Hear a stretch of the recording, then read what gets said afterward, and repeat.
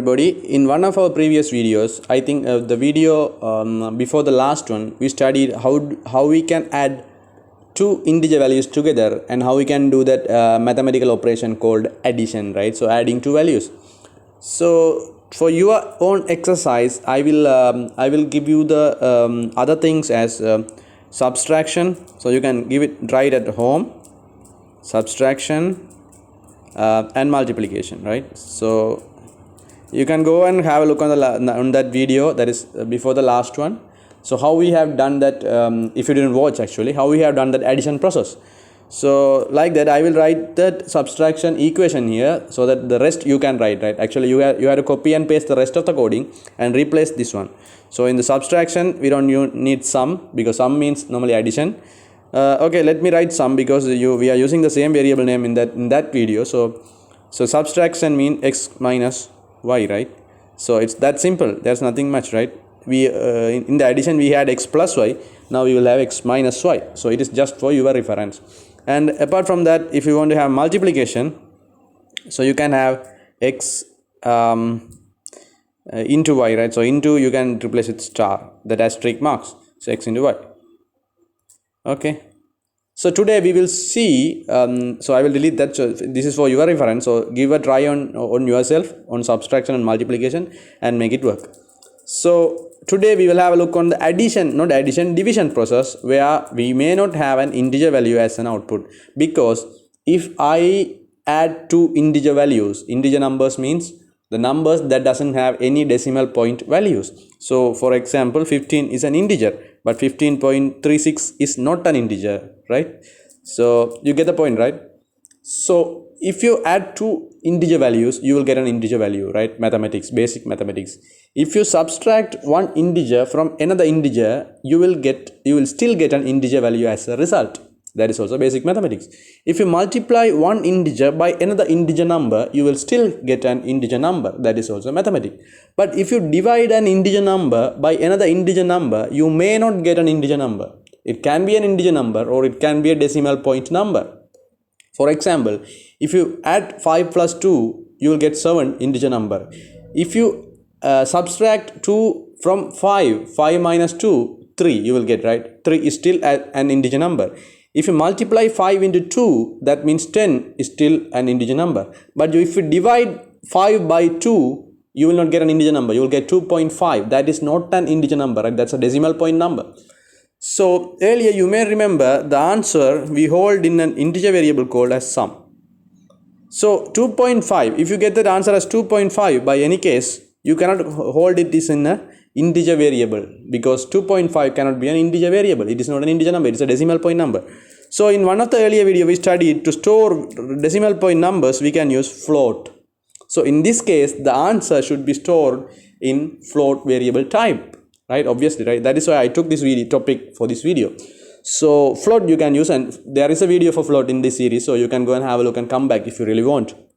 Otherwise this is fine. If you know that this is fine, you can continue with this video. So the thing is, when you're using float, we earlier used sum for addition. So hereafter we will use ANS, that means answer. Okay, so answer of the results of that whatever we call that mathematical operation. So you will use answer. So this time answer should be a float value, right? You get the point? So we need three variable types. So one is integer number 1, that is going to be used for the addition. Maybe that number is going to be on the top of this addition process. That means that number is going to be divided by the other number, right? So we can call it as x as usual and semicolon. Okay, and the next integer value we can use y. That is that y is going to divide x. Okay, so that means x is going to be divided by y. So since it is a division process, the results I am going to store is going to be a float value, right? So what, you may ask me a question before that. Wait, float value answer ANS. Okay, I'll give it as ANS. That means answer. So if you may ask me, so sometimes if we divide an integer by another integer, you may get an integer value, right? So let's say I divided 4 by 2. So still that is an integer value 2, right? That is not a float value. So in that case, what can I use? Float or integer? So since we are going to assign the division value to a number, so we are going for float, right? So if we get an integer value for float still can hold the integer value. But how it can hold is like this. Maybe 2.00 sometimes. This is totally fine, right? Though they just decimal numbers, it is 0. So 2 and 2.00 are okay. So if you define the value as 2.00, a float the answer as, so if you get a pure integer value, that can be stored displayed as 2.00. So that is totally fine to you, right? But 2.5 stored as 2, since you define the answer as integer value, sometimes 2.5 may be stored as 2 displayed as. That is not acceptable. Okay, 2 and 2.5 are not okay. I'm sorry. So what we do is we'll go for float because we have float opportunity. So float value, using float data type, we can hold integer values with 2 decimal 0000 numbers. 2.00 is just fine. But using integer value, we cannot hold integer data type. We cannot hold float values. We will use the decimal points. So that is wrong, right? So in this division, since there is a possibility for decimal numbers, we will go for float. So it is safe always. Though we get an integer value, we will have a dot and 0 zeros. That's totally fine, right? You get the point, right? So what I will do is I will simply assign the values. Where can I assign inside the void setup or void loop? It's up to me. It's up to me. There's no point, no issue. So what I will do is I will do like this time. So I will assign 5 here, x, okay, and I will assign for y I will assign 2. Okay, so you can assign it anywhere, it's up to you. And answer, I have to write the equation for the answer, right? So it's just addition or subtraction or whatever, the process should be written, right? Anyway, so what I will do is answer I will write, let me remove the space. Okay, and the answer I will write, answer is what? X is divided by y. So that is the equation, right? So that's the process I should do always. X is divided by y. So if you display this, okay, and I have the serial print the values. So I will write serial, otherwise we can't see the results. Serial dot begin, right? Begin 9600. So we had a look on the serial communication and serial print stuffs in the earliest video. So if you don't understand, just go and have a look on that videos and come back. Serial dot print ln. We are printing answer, right? Answer is a answer that we have to print. Okay, so now you will see. So what will happen actually? Void setup will run. Serial being 9600 will be running started, and x5 will be assigned for x, 2 will be assigned for y. Okay, so then we see void setup will come to the end. So this will not be happening again. So anyway, the answers we have as the reference. So x will have that now 5, y will be updated as 2.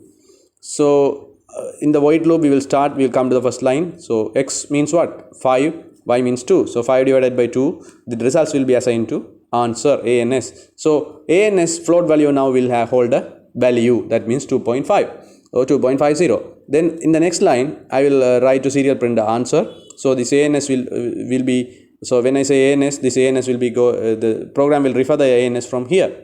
So value is already we have assigned inside the void setup. So ans value is now let's say not inside this first line of the void loop. So ans value will be x by y, x divided by y.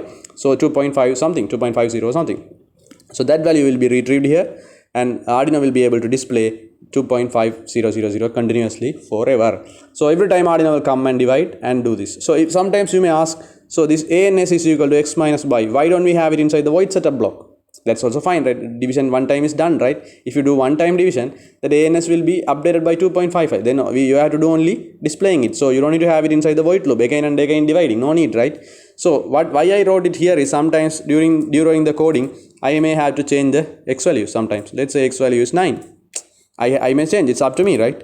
So if I change the x value as 9, the new answer I am expecting is 9 by 2, 4.5. So if I change x value is 9, then the program will come to an end and the void loop will start from the beginning, and for void loop will do the division process once again. So now the new x value is 9, that is divided by 2, that means 4.5, and in the next line this 4.5 will be displayed. That means what? I am getting the correct answer for the new updated x value. But if I write this ans answer is x by y inside the void setup here, the problem is what? It will run only one time. So one time 2.5 will be assigned to ans, and hereafter even if I don't change that x value by 9 or 20 or something during the coding, the divided new value will not be updated, because this ans, so what I am telling you about this, ans will be here. In that case, ans equal to, I'll write it and show you. There you go. Okay, that's fine, that's totally fine. Ans equal to x by y, no?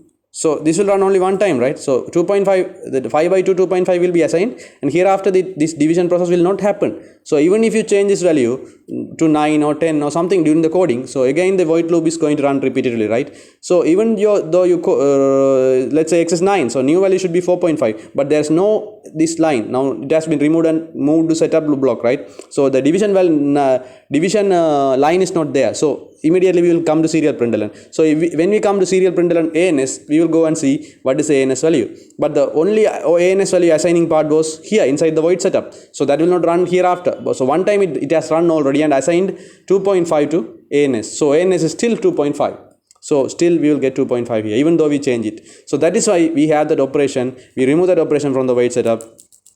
Okay, and this mathematical operation we normally keep inside a void loop, so that even if you change this x value, your mathematical operation is repeated again and you are getting the new updated answers. I hope this is understandable. Okay, so if you don't understand, just go through these parts once again and you will get that concept actually, right? So you may now understand the significance of having a float data type and float variable, and why in such kind of scenarios we need it, like division, like getting some analog inputs like temperature, humidity. For that cases we have to go for float values, because they are they are capable of holding the decimal numbers as well, actually for decimal numbers, so more precise answers, right? So thanks guys, thanks for watching the video. So please consider to subscribing our channel, and I will catch you up in this next video.